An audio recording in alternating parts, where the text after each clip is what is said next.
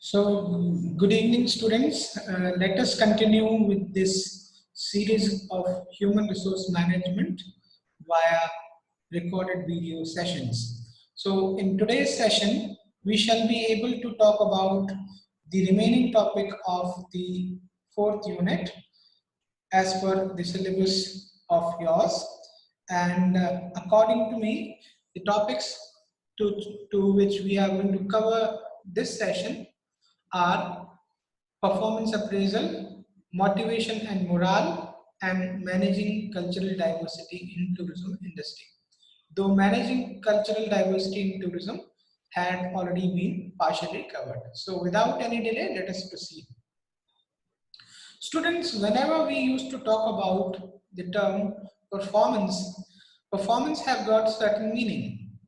Here, performance meant for any individual's act once he or she is performing in the quest of fulfillment of his or her job. So performance appraisal here will indicate whether the organization is in the right direction or not in the quest of whether the employee, he or she is working for the organization, is worthy for the organization or not. Therefore, it is an important process by which the assumption of performance measure may be accordingly adjusted or altered. That means for whenever we talk about the performance management or performance appraisal is the process at the end of the organization, and they'll have to ensure that the performance can be measured so that it can be adjusted and altered at the end of the employee side. Let us try to understand meaning and understanding of performance appraisal. Performance appraisal is the evaluation of worth and quality of merit of the individual. He or she is working in a department or a company. Performance appraisal should measure both performance in accomplishing goal and plan and performance manager. It meant for whenever we used to talk about performance appraisal, we are also talking about the steps of completing the goals of the organization. By the way, the plans and the performance of the managers are simultaneous process. Whenever we are talking about accomplishing goal, then we are also talking about the plans and performance of the manager to accomplish that particular goal. It is also the evaluation of present performance and future capabilities. Whenever we used to talk about the appraisal or performance appraisal, we are here talking about the evaluation of present performance and futuristic capability of an individual. Alford and Beatty had defined this as a process, evaluation or appraisal of the relative worth to the company's person's service on his or her job. So according to Alford and Beatty, they had defined it as an evaluation of relative worth to the company or individual's job. So whenever we are keep on talking about performance appraisal, by the way, according to these scholars, this is what the evaluation of the individual in terms of his or her worth or his or her job's worth to the company or the organization.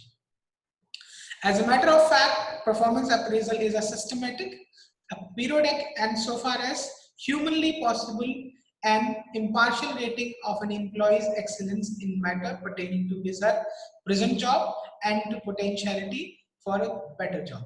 So, performance appraisal is a periodic and systematical activity, and it imparts the rating to the employee's excellence. Whenever we are talking about the performance appraisal, it is a meaning for that employee that he is having certain efficiency in terms of grade or in terms of performing his particular duties.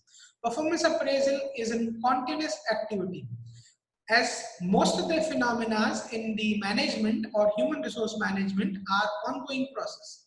As we have discussed about the recruitment, selection and the induction process, followed by the performance appraisal is also a continuous process or activity to the organization. The management should have planned it in a systematic and orderly manner so that this can help the organization to achieve the organizational goal. Systematic appraisals are instrumental in boosting the morale of the employees and also enabling them to know where they stand. It is not only the meaningful for the organization only, but it is also useful for the employees to understand what all are their capabilities in terms of the individual and how they are performing the task and where they are standing as far as their career is concerned. So in view of performance may be graded in terms of individuals' objectivity towards the goal of the organization. Difference between performance appraisal and merit rating. We'll try to have an understanding that most of the time the people or students are getting it understand with the term merit. Meriting or merit rating is somewhere different than that of the performance appraisal. So we need to understand on what grounds the merit rating or performance appraisal are having some differences or meaningful differences. First, in terms of performance appraisal is an evaluation of quantitative factors. Whenever we talk about quantitative factors, there are numerous factors. This is actually the evaluation of those quantitative factors of the employees. It is based on production, quantity, and quality. Whenever you talk about work, or let's say job done by an individual like me or someone like you, he or she going to contribute to the productivity of the organization in two ways. One is quantitatively and qualitatively. So performance appraisal is the measurement of both on the basis of the production's quality and onto the basis of the production's quality. Quantity of accepted and unaccepted jobs. Whenever we talk about the appraisal of the performance, it is somewhere also giving us the clarity about how does it has been accepted by the individual so that he is performing, or it has not been accepted properly so that he or she is not performing in a proper pace. It is also about strata of work or stratifying the work procedure, right? So this is something which is very important. Merit rating is an important area to be talked about, but it is differing to the performance appraisal as we have talked about. First, it is an internal rating of the individuals. It is not the overall fixture of the individual, rather it's an individual quality or individual rating, like, and it's a goodness, it's an individual's goodness or individual's quality, not the quality of their work. Internal qualities of any employee such as his or her nature. For example, if I am differing, if I'm a worker at a workplace, my behavior is a merit of mine, and this may definitely help me in performance, but it is not my performance, or it is not deciding the performing factors. And bodily and mental abilities are some of the other examples of merit rating. Merit rating are definitely the part of the performance appraisal, but not being derived by that. We shall be able to understand. We will be understand performance appraisal and merit rating are two different constraints. Now we are going to talk about performance appraisal versus performance management. Most of the time, these are the words which are reciprocating, but they are having certain differences. First of all, we need to understand what is it, what is this performance management, and what is the performance appraisal is all about. Performance management, it is a process. On the contrary, performance appraisal is a part of performance itself. So there is no difference between it would be, rather the performance appraisal is the whole sum of the part of the performance management or evaluation.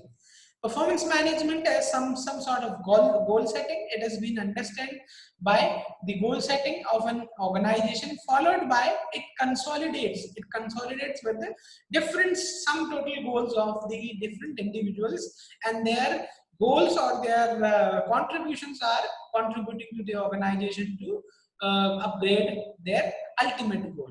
It is about performance development. Performance management is for developing the performance or enhancement of the performance so that the workforce may enhance their capabilities in terms of their working skills. On the contrary, performance appraisal is the process of evaluation of current and past performance or standards. Performance appraisal is a mechanism which has been magnified by the institute, department, section, or particular individuals, or by the team or the group. Now we will talk about, as per the syllabus, why the performance appraisal is important, or why to appraise performance. According to Deisler and Werke, there are 4 reasons in favor of performance. First is, most of the employers still base their pay and promotional decisions on the employee's appraisal. So according to Deisler and Werke, they had given a reason why the performance appraisal needs to be there, or it is an important phenomena in an organization, because most of the time the individual's performance, if a person is performing sound and he or she is contributing, then it is the grassroots cause by which the authorities will decide the individual's promotion, and this promotion will be propagated by his or her own performance. Second is, it plays an internal role in employees' performance management. Whenever we talk about performance appraisal, internally an individual's performance may be upgraded. It is like a self-management proclamation by the individual itself. It helps the senior and subordinate to develop a plan for correcting any deficiency rather. It helps the seniors. Suppose I'm working with a small team, and I'm observing that each individual's performance are lacking somewhere, and with this particular performance appraisal, I may be able to correct them, or I may be able to correct the particular performance of the entire team. Appraisal versus serves a useful career planning purpose.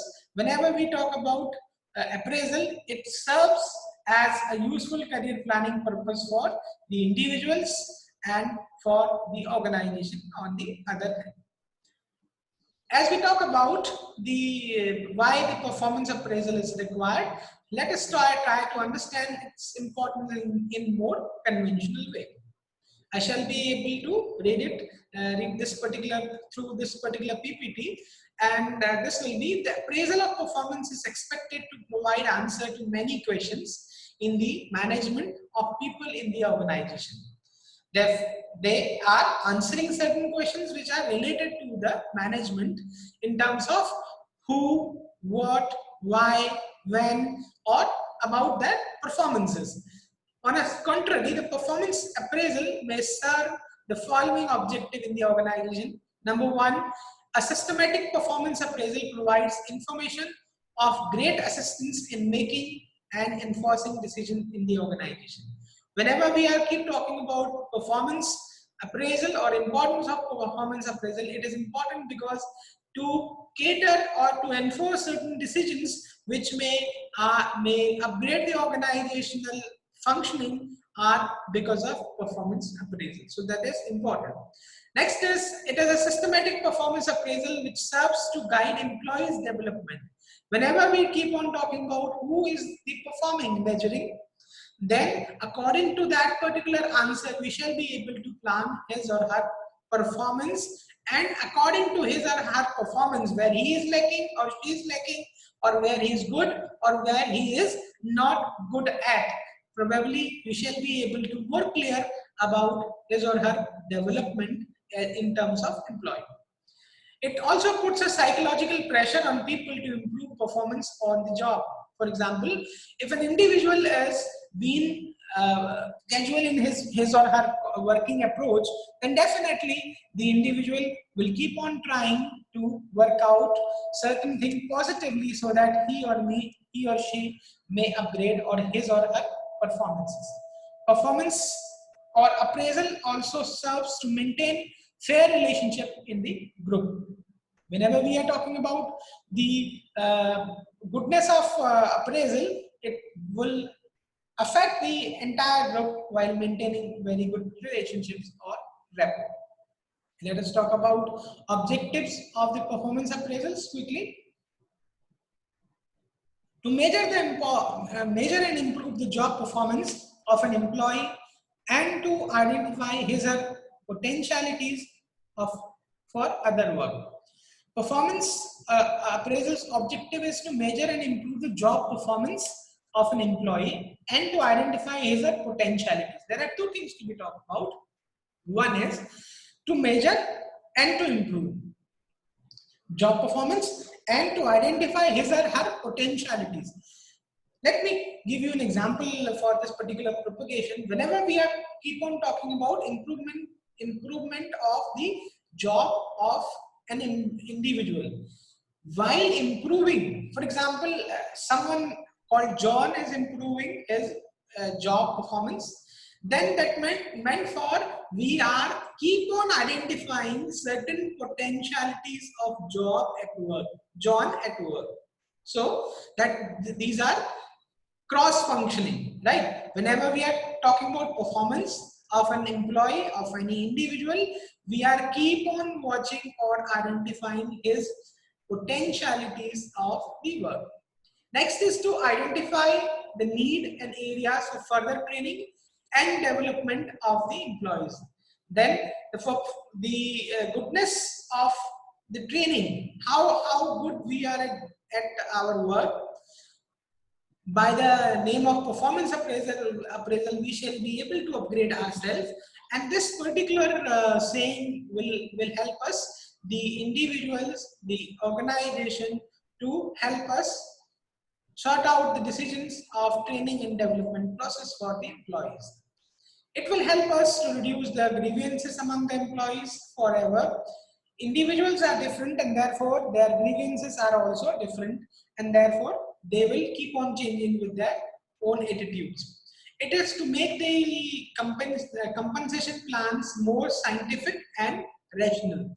Whenever we are talking about the performance appraisal, we are knowing who is the performer, who is the key person for the organization, and therefore our compensation plans may be more scientific and rational towards the organization, and that is going to create a sympathy also, and there would be uniformity, equality also. It will help in the proper placement of the worker, where we need to place one, to whom we need to care for, to whom we need to upgrade certain skills, etc. So the training and probation will always be at ease. Now let us talk about the process of the performance appraisal. Whenever we talk about the process, it needs to be understood as an ongoing process. So any phenomena which is existing and continuous, then it needs to be taught as a process. And according to Desilets and Werke, they had advocated 3 steps in appraisal, named as: one is defining the job, the second one is appraising the performance, and third one is to taking the feedback.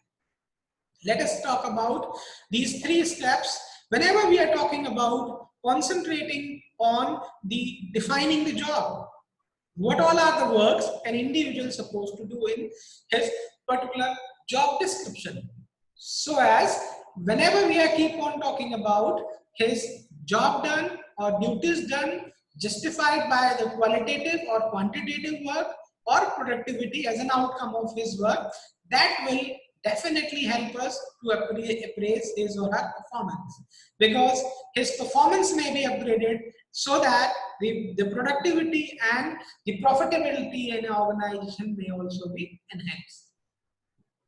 Third is providing the feedback. If we are keep on doing the assessment of the performance, we shall be able to provide the proper feedback to the employee and to organization as well.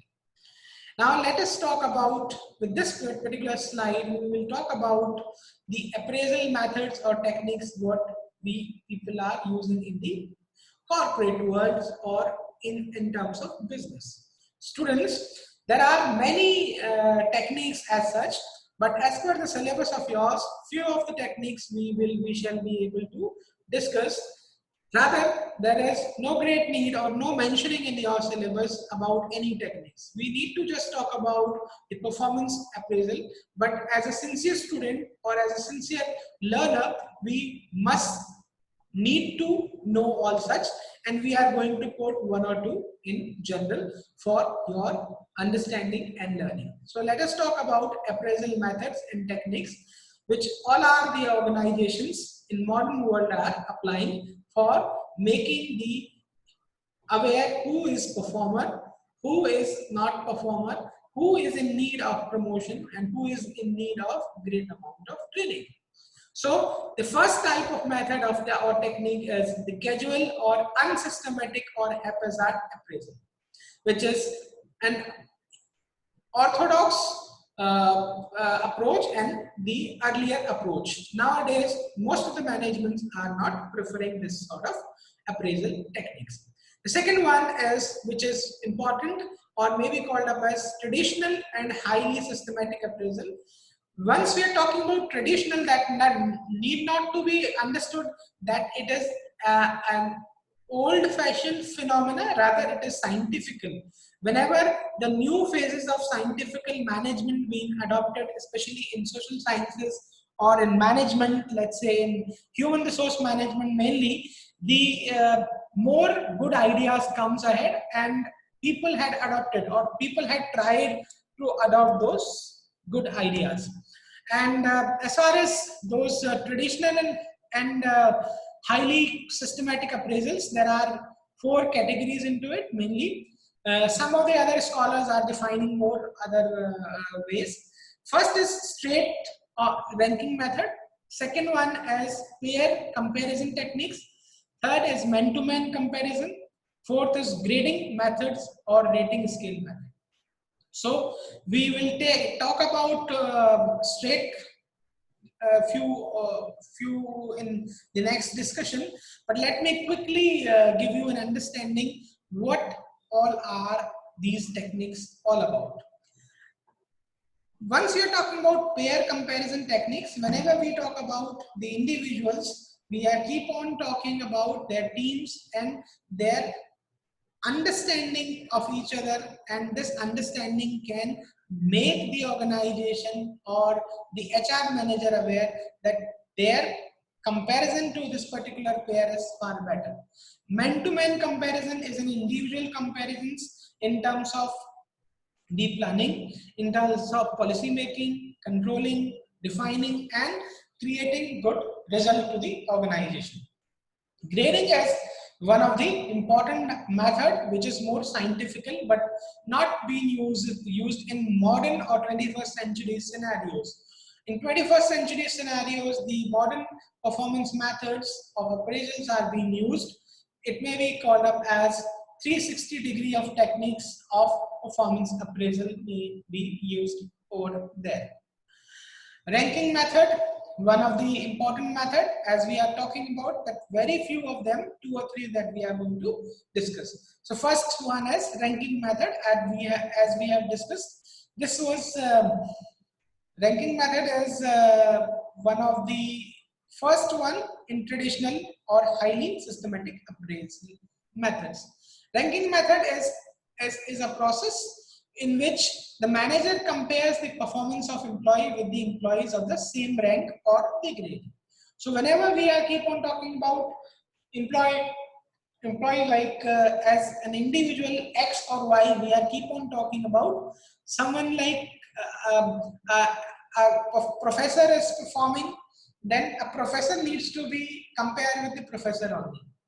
An accountant needs to be compared with an accountant only. So the same rank and the grade needs to be compared. Next is a fixed percentage of employees are kept in different performance categories like excellent, average, below average, and poor. There are categories. So these are the certain rankings. Rank needs to be understood in an order in terms of their capacity of work. Next one is, it is related to the excellent, the most efficient one, the average, the below than the most efficient one, below average, the third in an order, and last one, the poor, they are not performing.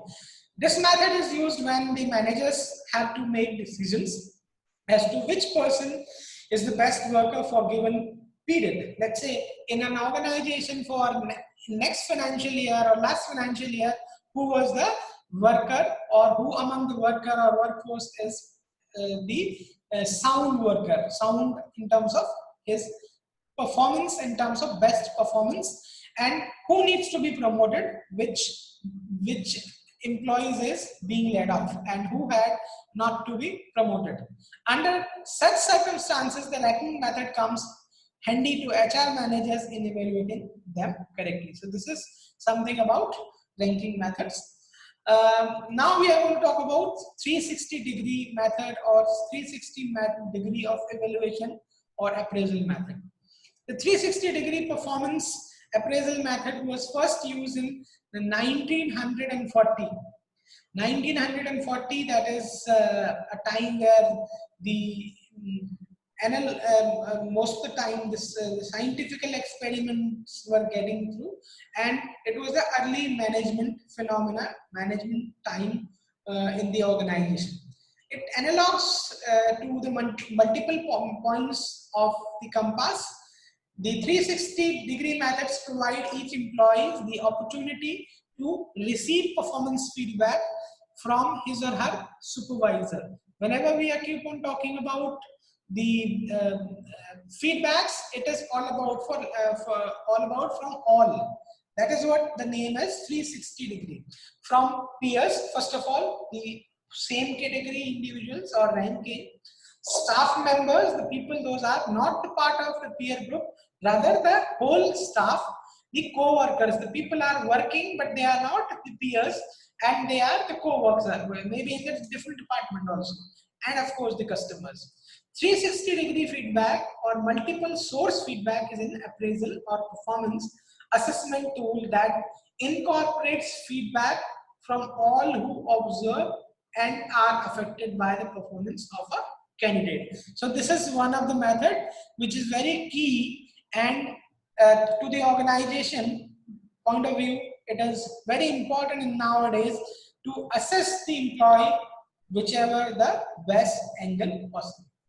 We will talk about, though we have not talked about ranking method because it is not derived, which we have discussed at same discussion.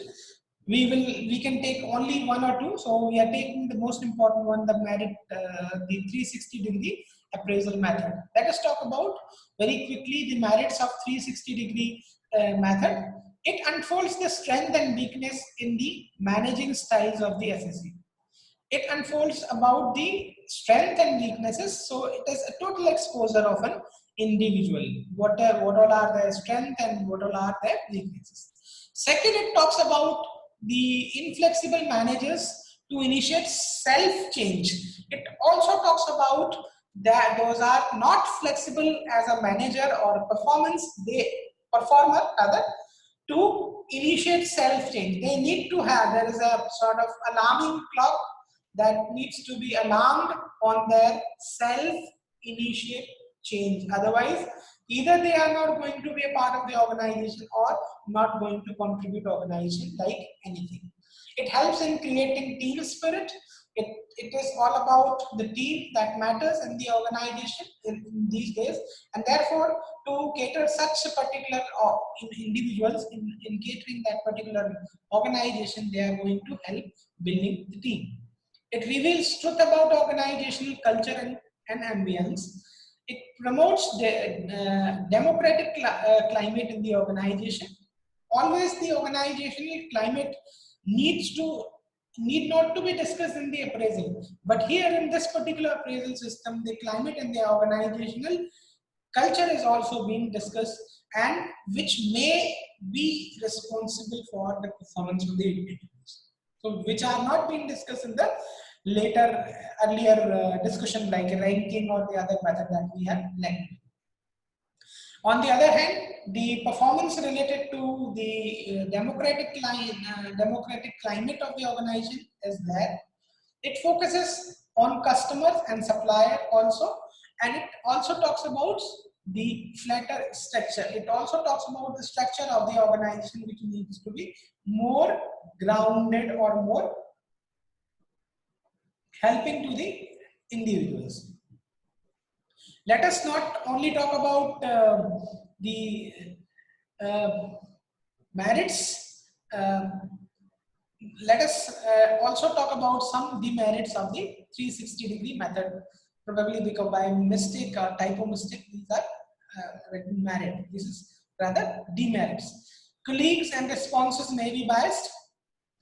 The responses of the colleague and merits may be biased, because this is the demerit of 360 degrees appraisal, because whenever we are keep on talking about the responses, no guarantee that every time the responses are going to be positive enough. Second one, it ignores performance in terms of reaching goals. Whenever we are talking about the reaching of the goal of the organization, they are very far away from the achieving or reaching the goals. Then they are linking with the findings to reward, may be unfair. It is time consuming. It takes a lot of time. It is very costly propagation, because most of the organizations in the current world are not investing this much, and this is an affair which is related to a lot of money involvement into it. And since it is related to the organizational outer part, and organizations have to be very specific with it, so it may humiliate also the assessee, so that it is more practical and more realistic. Do we recognize the difference, performance appraisal or potential appraisal? Most of the time we doesn't have the difference, though the word the potential appraisal is not there in the syllabus of yours, but most of the time some of the students are keep on confusing himself or herself the potential and performance appraisal. So do we understand what is the difference between this? This slide will help you. Potential appraisal is all about identifying a potential material, manager or resource. On the contrary, to performance appraisal is to maintaining that particular potential into the performance. So it is a bulb only, which is a luminable bulb or electric bulb, and this bulb in terms of performance appraisal, it is illuminating. Now potential appraisal, why we are keep on talking about, sometime in terms of HRM we used to confuse ourselves. So to avoid that confusion, I am placing the slide in the discussion. Potential appraisal is a different from performance appraisal, which tells about employee's present performance in his existing role. Performance appraisal tells about employee's present role or skills in their present or existing role. On the contrary, the process of assessing the managerial potential of employees deals with the questions of what or not they have the ability to handle the position. Whenever we are talking about potential appraisal, it's an affair before the recruitment. Potential appraisal. On the contrary, the performance appraisal is the subject matter after selection, after induction, and after training and development process, right? So this is what the main difference. Potential appraisal may thus be defined as a process of determining employee's strengths and weaknesses with a view of use of his predictor of his future performance. So as I stated, performance appraisal is a matter after employee being hired, and potential appraisal is again not the situation, which is the situation earlier than that of the last one. Now we are there with the topic. We have covered first topic, appraisal related or performance appraisal. Now we are going to move about motivation or morale in connection to the employees. So let us very simply, we need to understand what is morale or what is rather motivation. In the simple terms, motivation is a term derived from the word motive.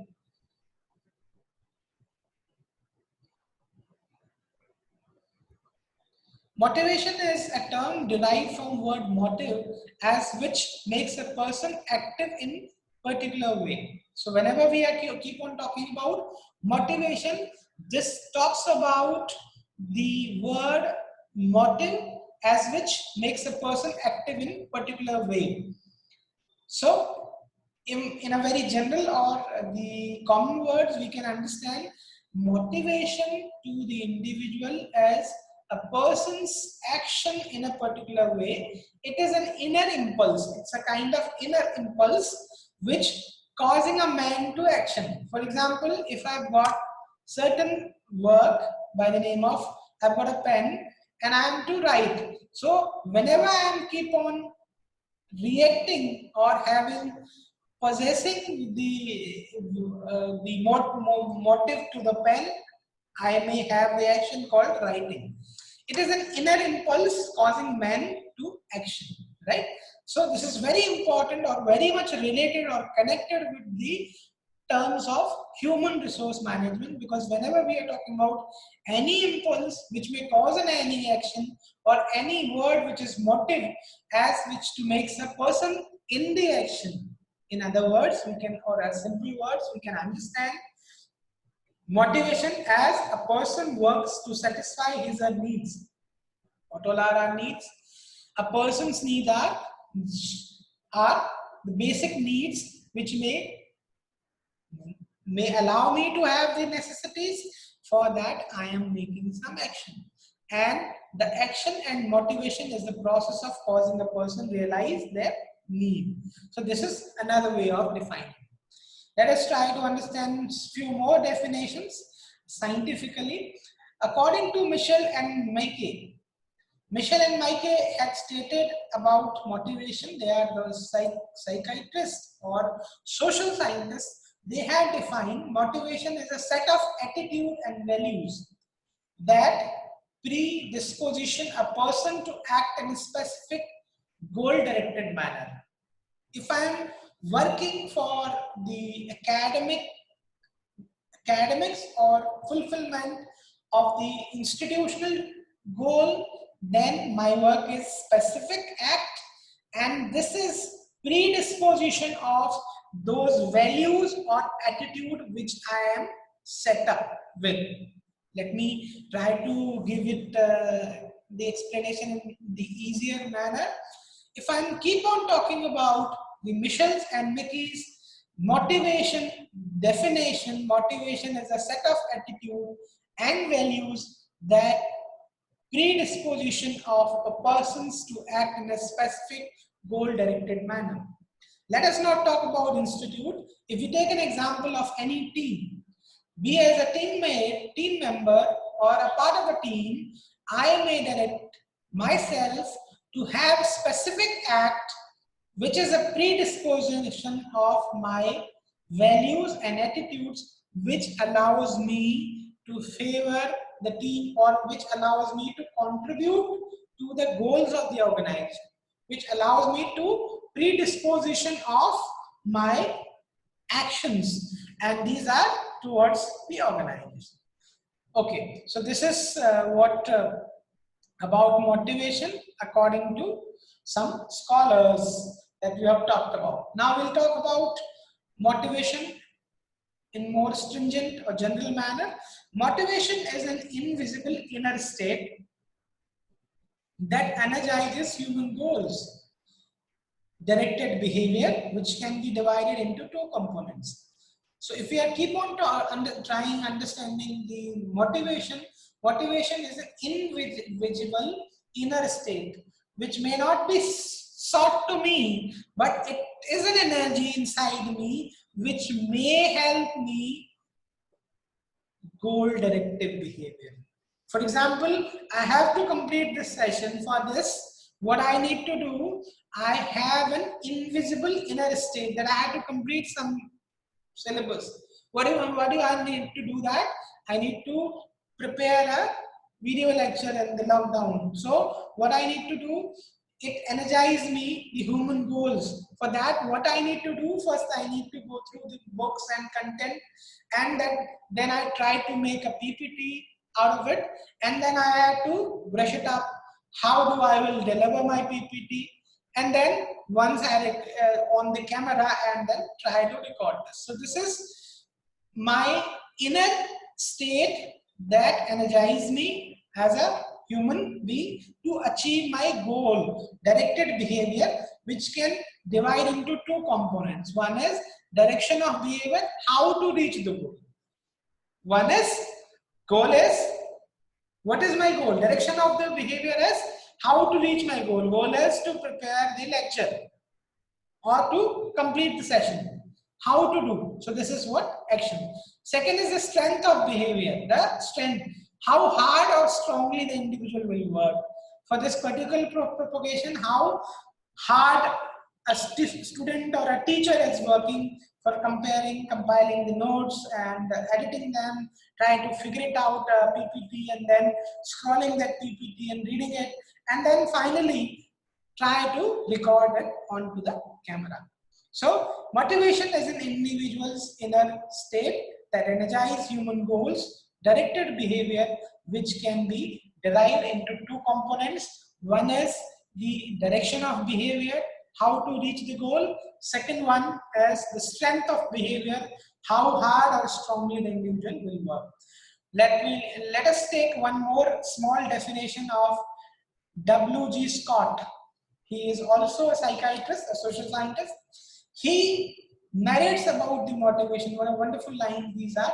Motivation means a process of stimulating people to action to accomplish desired goals. Now, there are three things to be talked about: desired goals, accomplished action, and stimulation. So these are the three things. If we can keep on talking about all three, we shall be able to talk on to the note of certain things.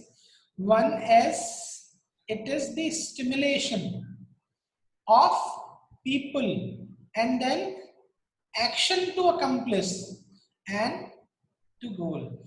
These are stimulation to the people, those are allowing them to complete the action, and to complete the action, what you need to complete?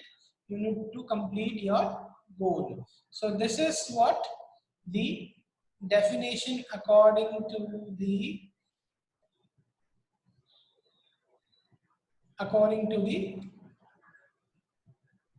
W.G. Scott. Annotation was there. Okay. Now we'll talk about employee morale or motivations synonym.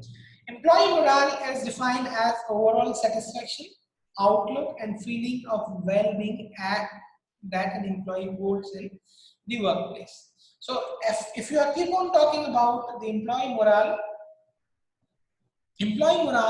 can be defined as overall satisfaction, which is through the outlook and the feeling of well-being. A person is thinking that I'm okay as an employee is holding the workplace. In other words, employee morale is how satisfied employees feel about their work environment.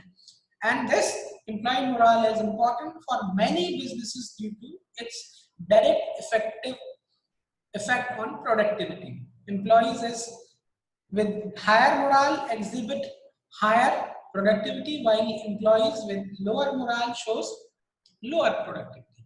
So there is a reciprocation. What is morale in terms of employee? Employees have the state of mind, the satisfactory state of mind, which feels him or her better about the workplace which he is holding. in the common man's word, an employee's morale is how satisfied he or she feels about the work environment.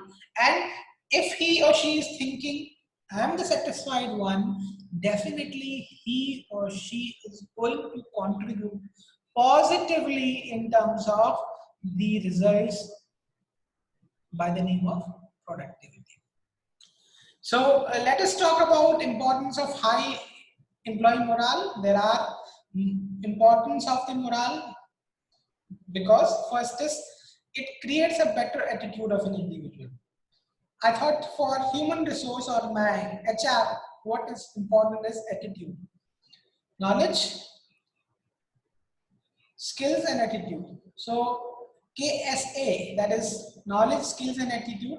Attitude had been improved once employees have got high morale or motivation. It also talks about maintaining higher customer services level. Whenever you keep on talking about you have got certain high level of morale, and then it will maintain the gradual highness of your customer service level automatically. It's a kind of effect on individual. It will enable the individuals more productive. More productive in the sense he is such a positive one, so that he had changed his mindset, and his mindset had changed the process of approaching his or her work. काम की अधिकता की वजह से लोग परेशान नहीं होते, लेकिन काम को बोझ की तरह से करने से लोग परेशान होते हैं. And that is what the most important phenomena for high employee morale. Whenever you are thinking that this is work, this is not a load, definitely you are going to keep on having some more productivity. Poor employees morale reduce productivity. So vice versa, what is required? It is required to have high employee morale. Negative affects other employees and customers, reduces efficiency. Here are the reasons why individuals have got high morale. Keeping employees motivated, stay motivated makes organizations can boost employees' performance. It helps the organization to identify the gap in employees' performance, and it can help bridging the gap between employees and employers working building. So these are certain things which are important as far as employee morale. Now we'll talk about, I thought after this we shall be able to talk about new topic, types of motivation for employees. Employees motivation are important because every individual is different, and so as his or her motivation levels. So let us talk about in general, and we will discuss it a small bit. Positive or incentive motivations. There are people, they are thinking the positivity is the incentives or motivation for them. Negative or fear motivation. काम तो करना ही है. Why not you will work? If you are not going to perform, boss will be angry, or everyone will not think good about me. What about me? Like that is nowhere the matter. So it is what the negativity, it is what the negative motivation which sometimes helps the employees better. External or extrinsic motivation. Whenever we are talking about, it is not all about the internal locus of control is not like that. Rather, the more extrinsic or external motivation. How will people will think about me, or what will be the persona of mine will be assessed if I'm not keep on working. Next is internal or intrinsic motivation, self-motivate. It's not all about the others, what they will see, say, what will be my results. Rather, it is my work and therefore I have to do. This is intrinsic motivation. On the contrary, there are certain matters which are financial motivation. This work will give me some additional money, profitability, shares or fame in terms of money. Non-financial motivation, it may have give me the exposure of the ultimate or some additional advantages which may not be financial but may be additional. Job enrichment, that will may not give me any idea, but it will give me job enrichment. That will enrich my profile. That will give some additional to the my particular doing. Job enlargement, it will give me a broad canvas to my career, right? And this will give me the focus to the employer or employee to be motivated. Last will be job loading. Whatever the work I shall be able to do, I am being able to do this because this is what the motivation type. Now we are moving towards the last or third topic of this particular discussion. This is managing cultural diversity in tourism industry. First of all, we need to understand, if we are keep on talking about the subject, we need to understand what is managerial cultural diversity in tourism industry is all about. To understand this, we need to understand what is cultural diversity first of all. Cultural diversity is this set of blending of all sort of cultural, cross-cultural commencement from the different part of the world to the organization, or mainly called tourism industry. So tourism industries nature is like that, where we are having the sum total of the different kind of cultural, cross-cultural phenomena or diversified workforce, and with this diversity we may propagate the positives or goodness of the results. So let us talk about this particular topic now, as we understood the basics of managing cultural diversity in tourism industry. What this topic is meant for us. It talks about continued globalization of tourism industry and its increasing influx on migrant worker into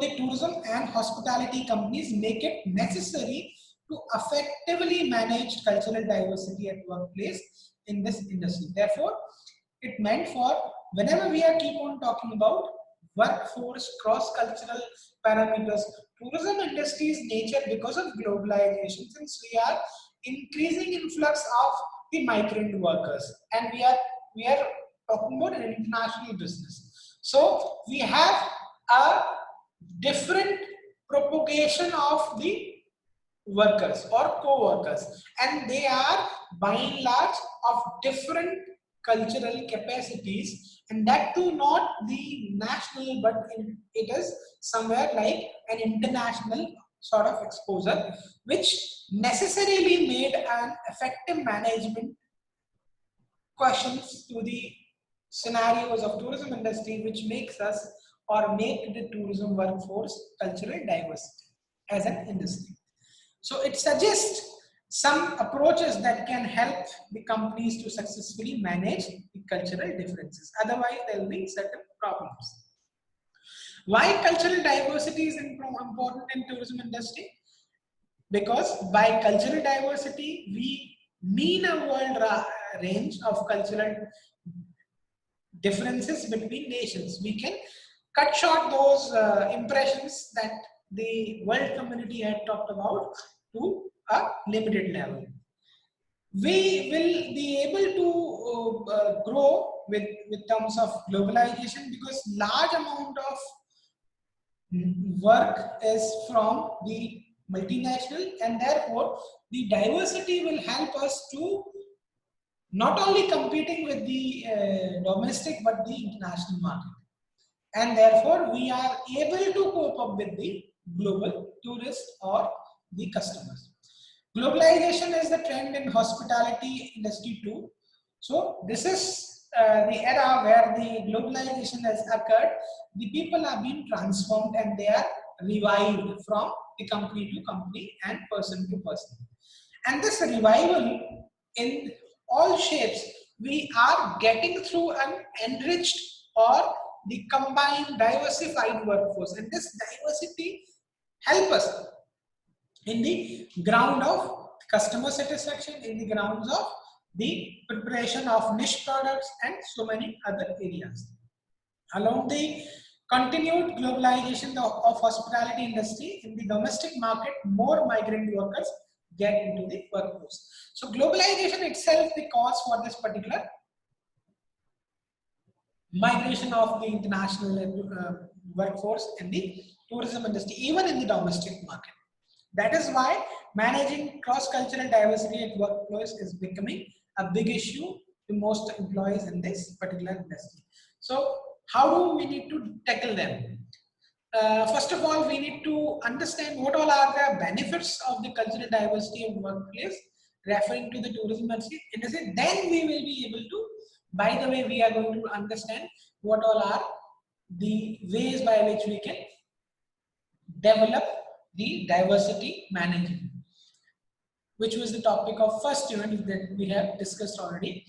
Increase people interpersonal skills, because people from different cultures, when working together, can easily understand other views. So it is what the increased interpersonal skills. For example, a person from Asian race, a person from Australian race, a person from the Canada or Hong Kong or Uganda or Syria or India, they have got the interpersonal skills by the name of their cross-cultural differences. So it is what the diversity, so that we can cope up. Next is increased teamwork as a result of increased interpersonal skills. Somehow if we are dependent on the different or increased interpersonal skills, the result will increasing the team work, and that will expand ourselves in terms of innovation and creativity. How do we be able to sound and to innovate and to expand it's good to innovate and to create, and creativity and innovation as the biggest benefits from the cultural or cultural diversity at the international reputation business, mainly tourism. Indeed, employees of different backgrounds can help out a lot then when it's times to create new projects. It is also different solution to the common people. For example, if we are thinking about propagation of niche ideas or niche products or niche product line, definitely it will help the organization to abruptly do their work. Have a large numbers of language spoken, thus staffers can attract international guests, while these guests employees in the companies can benefit from learning new languages, and they shall be able to expand their knowledge domain. So language, the cross-cultural viability, the sum total of contribution in terms of creativity, expanded horizons in terms of their backgrounds, and project creativity in terms of sound teamwork, and growing capacity as a credible, because they are known by the peers of the multinational components in the workplace. So they will definitely have got the more advantage than that of their components or the competitors. Now there are certain challenges of the cross-cultural diversity. I shall be able to talk. I thought this shall be the last topic that we shall be able to complete. And after this, the whole sum of the unit with this video and the last video, the entire unit throughout will be completed. Challenges of cross-cultural or cultural diversities are: one is the communication barrier. Communication is one of the hindered. By the name of that hindrances, the people in the organization may suffer. Second one is discrimination issues will always be there, and there are certain challenges in terms of training will always be occurred in front of tourism and hospitality organizations. Now, how to effectively manage cross-cultural diversity? First is the strategies that we need to follow. Creating programs that improves awareness of cross-cultural diversity. Since we are aware that we are working in a global scenario and we are working in a diversified workforce, therefore we need to initiate a program for cross-cultural awareness or improvement of awareness about other cultures, so that we may know not having the communication barrier. Second is to improve positive attitudes towards cultural difference, so that we may have the leverage of, we may not have the obstacle of the discrimination issues. Then to realize the same point of view and relations among different ethnic groups. It is not always like that, that someone is differing from the race or different culture is always going to differ from you, your views or relationship in terms of ethnic groups. Views or point of views may not differ. So this is what, again, discrimination and challenges related to that. Then being flexible in communication will allows us more freedom to collaborate. It may initiate the idea of innovation, creativity, teamwork, and joint venturing, propagation of 1 to 1, 1 plus 1 is equal to 11 sort of phenomena. Showing personal concerns and confusions when encountering cultural obstacles and establishing cultural diversity committees. So that we can eliminate those steps. Otherwise, the most important phenomena to effectively manage cross-cultural diversity is acceptance of all and ignorance for these small issues. And then we need to have a faith in each other that will grown up with our team, grown up ourselves with as a team, and it will help us developing as an organization.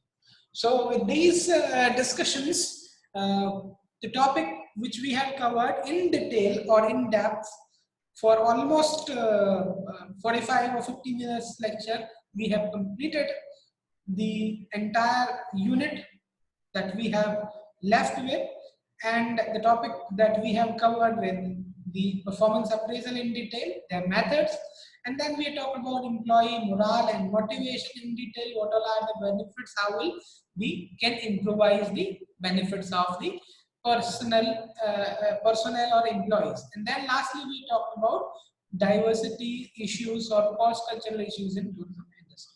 So with that, I shall like to place you thanks. Keep watching, keep learning, stay safe, stay learn, or stay at safe learning. Wish you good luck from my side. As of for now, namaskar. Thank you. Dhanyavad.